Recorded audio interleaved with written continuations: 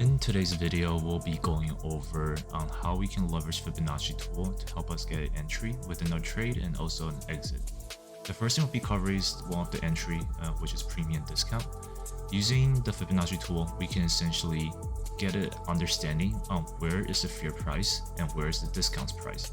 And anything we want to get in a discount price where everything is cheaper. We don't want to enter in the premium price. So in this picture here, you can see the price we're expecting to go up. We're anticipating the discount zone or anything to be below the 50%. And anything above the 50% will be premium, which ideally we don't want to take any entry there. Vice versa, if the scenario is bearish, the discount zone will be above the 50% and the premium will be below the 50%. How you can identify the discount zone and the premium price zone is you taking the Fibonacci tool, take from the recent swing low to swing high, or vice versa, recent swing high to swing low. It will give you an idea where is the discount sitting at and where is the premium sitting at based on the equilibrium of 50% as shown here. Now let's take a look at an bullish example here. From here we can identify a swing low and a swing high points once there is a market structure shift. Using these 2 points, we can use the Fib tool to identify the discount zone. And as you can see on the left hand side, there is the configuration for drawing using the Fib tool for the 50% and also the premium zone and discount zone.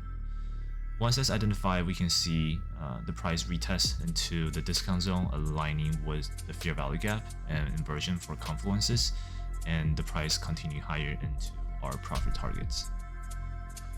Now let's take a look at a second example here for a trade entry using Fib tool. So instead of looking for 50%, here we're gonna be changing our configuration into 61.8 and to 78.6. Between these two zones, these two levels, these are our OTE zone, or optimal trading entry zones. So here, same thing, we'll look for a low or high depending on the trend you're looking for. So in this case, we're looking for bullish trend, you're drawing from the low to high, and then you will look for a retracement into the OTE zone. That will be your entry. Stacking with the PD arrays that you have for higher time frames, that will be your ideal confluence zone for entry. As always, these are two examples of leveraging OTE and premium using Fib. Essentially, is give you an idea on where is the price that's fair and where is the price that's not fair. So for example, if you're in bullish scenario, you want to look for price that's anything below the 50%, that will be the discount price. You don't want to be taking price all the way up there. That's going to be considered too expensive and your risk going to be way too big. Here's a bullish example here that we identify a recent swing low and a recent swing high. Once there's a market structure shift.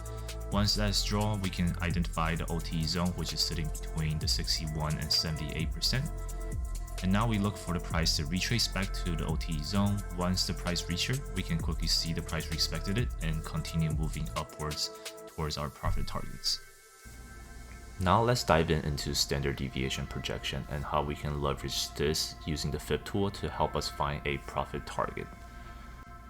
4 simple steps to follow on drawing the correct SD projection. First, you need to find a manipulation leg. Then you look for some sort of structure shift or change in state of delivery to help you correctly identify the manipulation legs. Once the manipulation leg is correctly identified, you draw it from the recent high to recent low, or recent low to recent high, depending you're going short or going long. Once the SD projection has been defined, you look for 4 different levels. One is -2 SD, -2.5, -3.5, -4 SD. So a couple of differences between these 4 levels. Between -2 and -2.5 SD, these zones are essentially where price often shows exhaustion. Where price rebalance here, no price essentially will continue forever in one single direction. There's always some sort of little pullback before a continuation. So area in this zone is where I typically look for partial, where -2.5 is where I look for my full exit. Or 90% of my exit. And -3.5 and -4 is the extreme level, which doesn't happen that often, but these are essentially where it means the price has moved too far and too fast away from the original reversal zone, and this price is typically where the price will show reversal character, and this is typically where you will leave your remaining 10% of your runner trade. Now let's take a look at our first example here on how we can leverage Fibonacci level or standard deviation into our trading entry and trading exit. So here you can see at the market open, here we're looking at the expected zone of order block from a higher time frame level and drop it into a 1 minute lower time frame level. Here we saw a liquidity sweep with stop rate at the bottom here I marked out, and what we're expecting is also respecting the higher time level and then have a change of character. So here we can see there is a market structure shift. So once the market structure shift, what we can do is we want to see some sort of entry that retests around this order block down here. So what I can leverage for this is I can leverage the Fibonacci tool. So here, going from the bottom to high, and then if I use 50% of it, here are a couple things. Using this fib level, 6.818, 6.618, and 0.786, this will be essentially the OTE zone, optimal trading entry. So I'll mark that out. And also anything below 50 will consider being a discount. So we want to look for entry. Anything either through, if you leverage discount or premium, you want to look below 50%. If you're leveraging OTE for entry, you will be leveraging for below 0.618 and then the 0.7 around this area. So I'll let this play out. So here you can see we got a quick reaction that it went all the way down to the OTE, it didn't close below it, and also respected the order block. So here you can, let's say we put our entry at the OTE, the top of OTE, and then our stop is at this below this candle, the bottom wick. And now we want to look for our exit. So our exit, my exit is always based on the standard deviation. So here I already drew it out. So typically during the standard deviation for this, you will be drawing the expansion from the manipulation leg. So this legs essentially is the one that have taken out the liquidity down here before we reverse. I will be drawing on the bottom. So here from the bottom and all the way till the top of here. So, and then our target will be aiming at 2 to 2.5. So -2 to -2.5 essentially is our first target will be 2, second target will be 2.5, and then if you have any home run runners, I'll leave it at 4. But typically I would always take my first target at -2, and then safer bet if you want a little bit more will be around -2.5. Something I also leverage is look to the left side if there's any equal highs. If it's close to the standard deviation, I will move to that standard deviation. So in this case, it will be -2 standard deviation here. So I'll let this play out.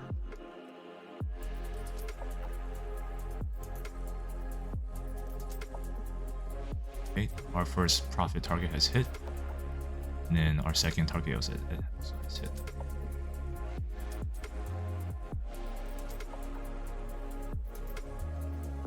And then whatever will be remaining for your home run. Okay, so here already retrace all the back. When you're having the first target, I would have moved my stop to break even, so I would have been stopped out for my remaining runners.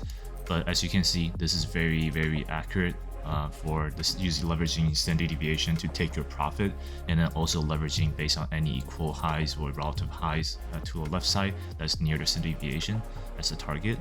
As you can see, we retrace and then filled this -2 to -2.5, which usually this is the retracement area. And then if the price decides to continue higher, it shouldn't retrace, so it should have respected this fair value gap here. So you can see the move down here respected, but the second time it came around, it disrespected. But so if it does want to continue, the true expansion is higher for these targets. It will have respected this. It will have not closed below this fair value gap. It will have, and then aim for the -4 to -4.5. That would essentially be the reversal range. So that will be essentially, you should be getting out here as your last target, profit target. But usually I don't aim this high. I only leave one runner, but usually I will close all my profit around -2 to -2.5 SD. And as this is already a great risk and reward, this is 3.5, just aiming for -2. If you want to aim for a little bit more, this will be a 4RR trade. Now let's take a look at another example and how we can leverage standard deviation and Fib tools into our entries and exits. So here, same thing as before, we look for some sort of manipulation. So here I marked out the manipulation. And then next thing is there has to be some sort of market structure shift or change of state. So in this case, there is a market structure shift here. Now the next thing what we want to do for look for entry over here is we'll use our OTE or equilibrium, whichever you prefer, and mark out here. So you can see here below anything 50% is what we want to look for entry, and here is the OTE highlighted here for optimal trading entry. And then also to highlight here, there is a inversions that we look for. So typically in these cases, what I would do is I will look for this OTE instead of taking from 50%. So for example, if you took from 50%, let me long entry. So you took from 50% and then our stop will be below, let's say this candle. This is 63 points. That's a lot. I want ideally to be minimize my risk. If I do want to take a stab at this trade, if I miss it, I miss it. So typically I will only enter around OTE zone here. And then also at the same time, this lined up with the inversion here. So let's minimize my risk by almost 20 points. So this is where I'll be looking for entry, and then obviously smaller size due to this is only close to 50 points of risk. And then obviously we had to measure out beforehand. We even entered to see if this risk and reward is more than 2 or not. So let's take a look. So this will be essentially our manipulation leg, and then we'll be using this, and then we'll target 2. So this is good. This is great. This is 3 RR here, so more than about 150 points trade here with risking 48 point. And if you want for the 2.5, this is 4 RR as well. So I'll just aim for 2 and let this play out and see if we get tap in here for our entry. So we got tapped in here, respecting the OTE. Okay, it's bouncing back. Okay, making new highs. See if we can break above 2. Here we go. That's our first profit target, and there goes our second. And then if you have you want to aim for home run, you can put at 4. But for now, whenever hits my first target at 2, I always put at break even. And if the trade comes back, essentially is risk-free trade. So you can see this is a very simple strategy you can leverage into your trade. I would say majority of the time it will reach for 2.5, but if you just want to build your account balance initially, I will always only aim for 2. Don't be greedy aiming for 2.5. If aiming for 2 already give you more than 2 RR, that's already a great trade. I mean, you always can aim for more once you have more contracts, which you have more ability to take more contracts into different cases where you can have profit 1, profit 2, and then whatever runners. But usually, let's say if I have multiple contract, I will close I would say 80 to 90% of my size around 2 to 2.5, and then I'll leave roughly 10% of my contract remaining to 4 if I have any runners. Okay. As you can see, this is not developing anywhere, and then is reaching down to and here is stopped out. So you can see 2.5 and 2 is usually a sweet spot to aim for. And then if you look to the left, if there's any high liquidity zone to the left, so in this case it is respecting this order block over here, and also there's a fair value gap. But usually I'll just aim for 2 for initially to build your account size, and then for your capitals wise, and then once you have more capital, you can take some 2 and take some 2.5, and then rest at 4. Now let's take a look at a little bit more complex scenarios on how we can leverage Fib and Standard Deviation into our target profit. So here, same thing, we look for important areas, and then we see some manipulation and respecting the importance area that we highlight here in the higher time frames, and then there's a liquidity sweep. So next thing we look for is a market structure shift. So here technically this could be an entry, but I missed it already. So let's say if you missed it, you could look for a re-entry. So here there's a water block that went down here, and then there is another fair value gap that is formed and respecting, and then in turn into a inversion. So if this get respected, this will be a inverse fair value gap, and then there is a order block here I'm looking at. So my entry, what I want to target is around this area. What I would do is using my OTE and equilibrium discount premium. You can see here, this is the OTE, which line up with the inversion. So I'll leave my entry at the order block here, and then my stop will be here. So risking 18 points, so it's not bad. And then we'll look for our target. So this is the manipulation leg. So looking for the manipulation leg. This is the 2.5 that we'll be aiming for, which is also aligned with the recent low. But we want to see if this recent low will get formed. If this is recent low, we target this recent low. Okay, so we got tagged in. So right away, you already got profit target from here. We already hit our profit target with QRR. But something to keep in mind is typically in these cases, which is more advanced, I will aim for -4 around here as the final price target, which is also here. This is the true draw of liquidity will be down here. So this technically will be your true draw of liquidity. And something for you to keep in mind is whenever you have this kind of setup, where if you go down to the lower time frame, so let's say if I go down lower time frame,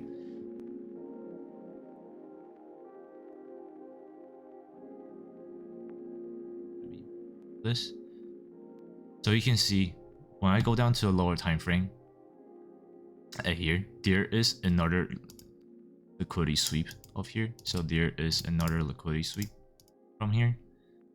I can draw essentially another fib to line up. So essentially this, for a continuation, I could technically aim for all the way down here for -2.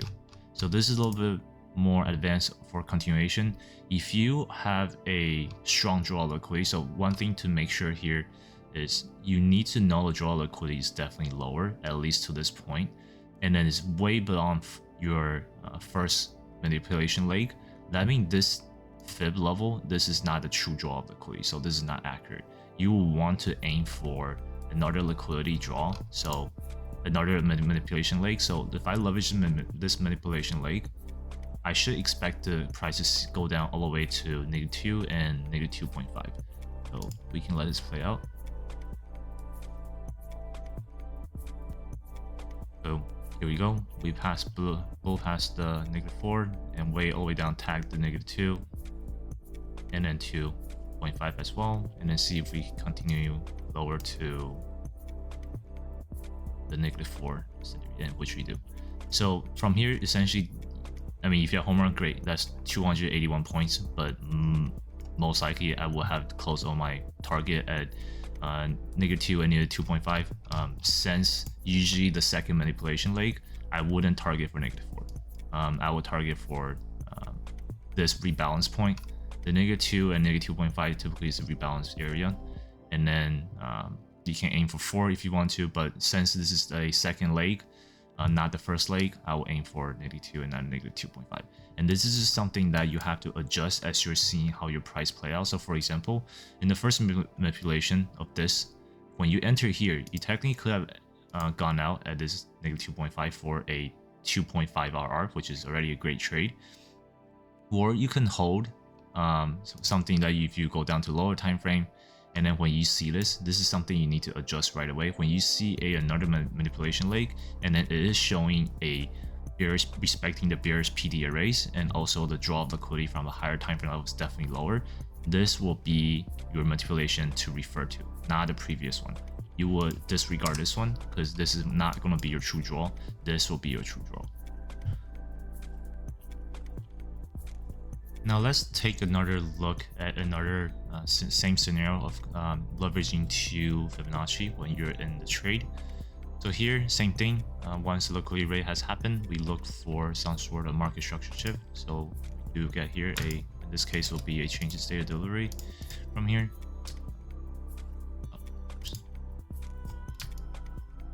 Okay, and then we'll use our OT for our entry. So our entry will be roughly around the order block. So it does line up perfectly with our order block here via OTE. And also we do see another fair value gap here as well. So this is a good entry to look for. We'll enter short at this order block and then target is high, and then we'll use our Fib tool. So in this case, this will be our manipulation leg, and then we'll be targeting -2 to 2.5. So negative just for -2 for now. This is 2.3 RR, a good trade. So let's let it play out.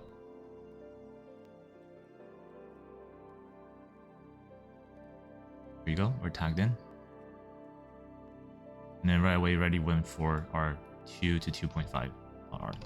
And then here, as you can see, this has already reached our draw of liquidity down here, right over here. You can technically exit here, but something to highlight here again, if you go down to lower time frame level, you can see there are, let me remove this.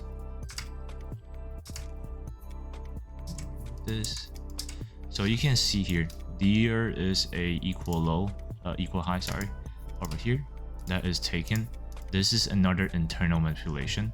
So in the lower time frame, when there's internal manipulation, you can use the same thing, draw the liquidity of this manipulation legs, and essentially lining up, you can see this -2 and 2.5 align with the first manipulation leg that you have drawn previously around the 3.4 area. So this is technically where you can also target because there's multiple confluence, but most likely when you have this and then showing a very strong respect of this bearish PD array, most of the time this is the true standard deviation you should refer to. You should not be referring to the first one. So drawing this back, we enter around here, exit here, and then our target, let's say we do reach for the 4. This gives us a close to 5 RR trade, and then if you look for home run, this is a 7 RR trade. So let's just aim for 4 in this case, and let this play out. So you can see we're already all the way down to 4, and you can see this is respecting this area. Once it hit around the 4 area, you will see some consolidation, and then typically you will see reversal, as you can see here. So this is another great example on how you don't have to refer to only one Fibonacci retracement for expansion. For this, in this case, if you miss out this one, you could also enter this one and then refer to this internal manipulation leg, which is actually the true manipulation. Usually if the first manipulation is this small, typically those are not the true manipulation. That's the deviation that you will be referring to. You'll be drawing the bigger one. But that's also just come from experiences on knowing which manipulation leg to draw is the accurate standard deviation. And based on the accurate standard deviation, you should see how accurate the price respected based on the level you drew on here. So for example, on here, you can see it respected around, you have confluence around the 2 to 2.5, so there is a reaction for rebalances, but price is so strong to the draw of lower downside to a south side liquidity, it's going to go for here. And once you reach the 4 to 4.5 around this area, it's going to reverse back, and typically that's a reverse standard deviation zone that you can refer to.